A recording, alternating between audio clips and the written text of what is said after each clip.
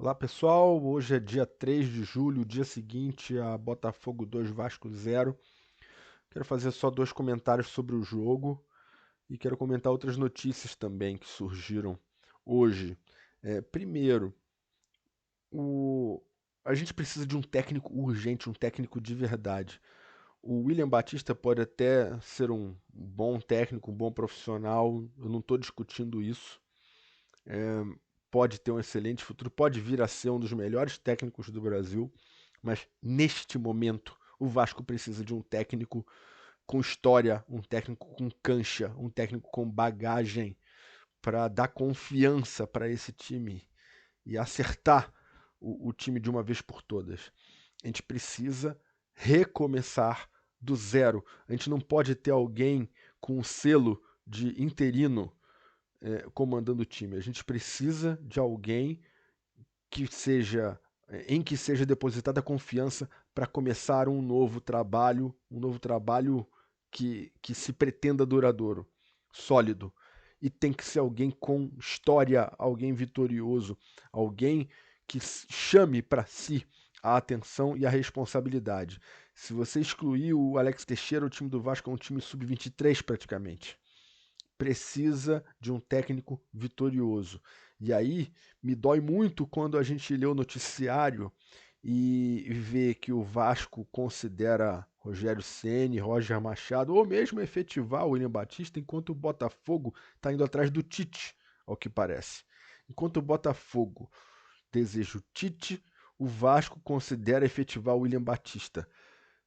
Então, independentemente do que a gente viu no jogo de ontem, olha o abismo entre onde está a SAF do Botafogo e onde está a SAF do Vasco. Não só em termos de gestão, em termos de classificação do time, mas em termos de ambição, em termos de o que queremos ser e onde queremos chegar. Olha a diferença.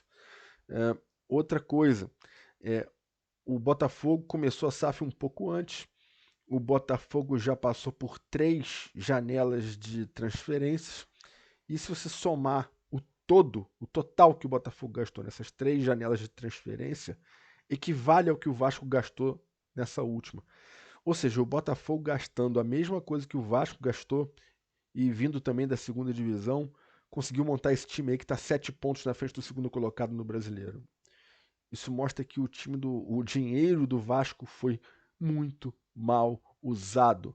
Independentemente do que a gente vê em campo que confirma isso, não dá para a gente aceitar gastar mais de 100 milhões e formar um time como esse aí que a gente está vendo.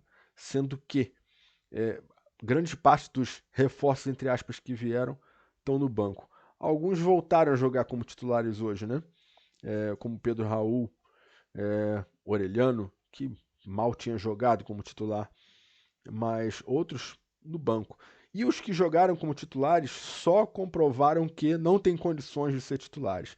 E aí vem mais um comentário sobre o jogo.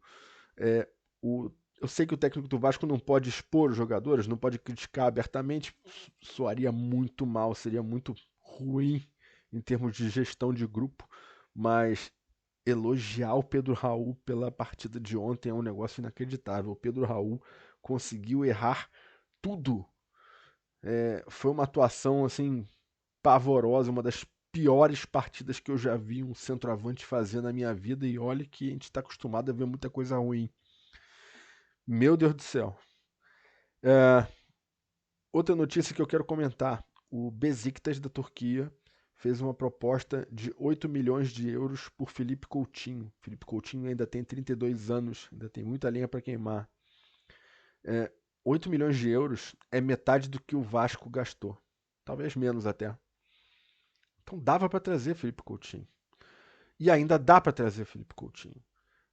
Essa proposta do Besiktas está mostrando que não precisa ser um absurdo o volume de dinheiro para trazer um cara desse calibre. E para trazer o Coutinho que tem história no Vasco, cria do Vasco.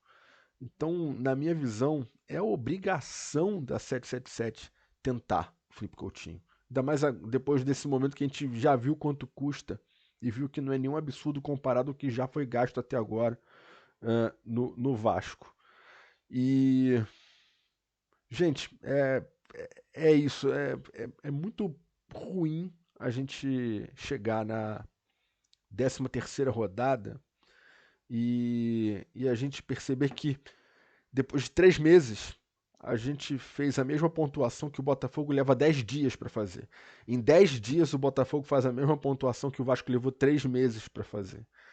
E perspectiva ruim com São Januário sem poder receber público, indefinição em relação ao técnico, e é aí que eu quero chegar por último. O Paulo Brax deu uma entrevista na semana passada dizendo que vai escolher o técnico quando tiver convicção. Gente, já faz o que? 12 dias do jogo contra o Goiás e o Barbieri já estava em situação delicada desde o jogo contra o Flamengo. Cara, o que é que precisa acontecer para ele e para a diretoria do Vasco de um modo geral, que ainda que ele não decida, então alguém tem que fazer alguma coisa, né? O que é que precisa acontecer para eles entenderem que precisa resolver com urgência a situação do treinador e que não dá para ser mais um teste, mais uma aposta. Tem que ser um cara que chegue para chamar para si a responsabilidade e que passe confiança para esse time. O time não é ruim para estar entre os 4 últimos. Ele tem condições de estar numa posição melhor. Quando a gente olha os outros times que estão ali do Santos para baixo, ou do Cuiabá para baixo agora, não é possível que, mesmo dentro de tudo que aconteceu nas últimas semanas, ele ainda não tenha percebido que precisa ter senso de urgência para resolver essa situação. Mas aí a gente pensa em todo o histórico que tem acontecido desde a chegada da 777, pensa em como demorou na janela de transferências para o Vasco começar a acertar contratações, conduzidas pelo mesmo Paulo Brax, e a gente passa a perceber que não é coincidência, a gente pode suspeitar com razoável segurança de que talvez as pessoas não estejam num lugar à altura delas, ou elas não estejam à altura da função que ocupam, melhor dizendo. Bom, vamos seguir torcendo e bora pra frente. Boa semana para todo mundo, um abraço. Tchau, tchau.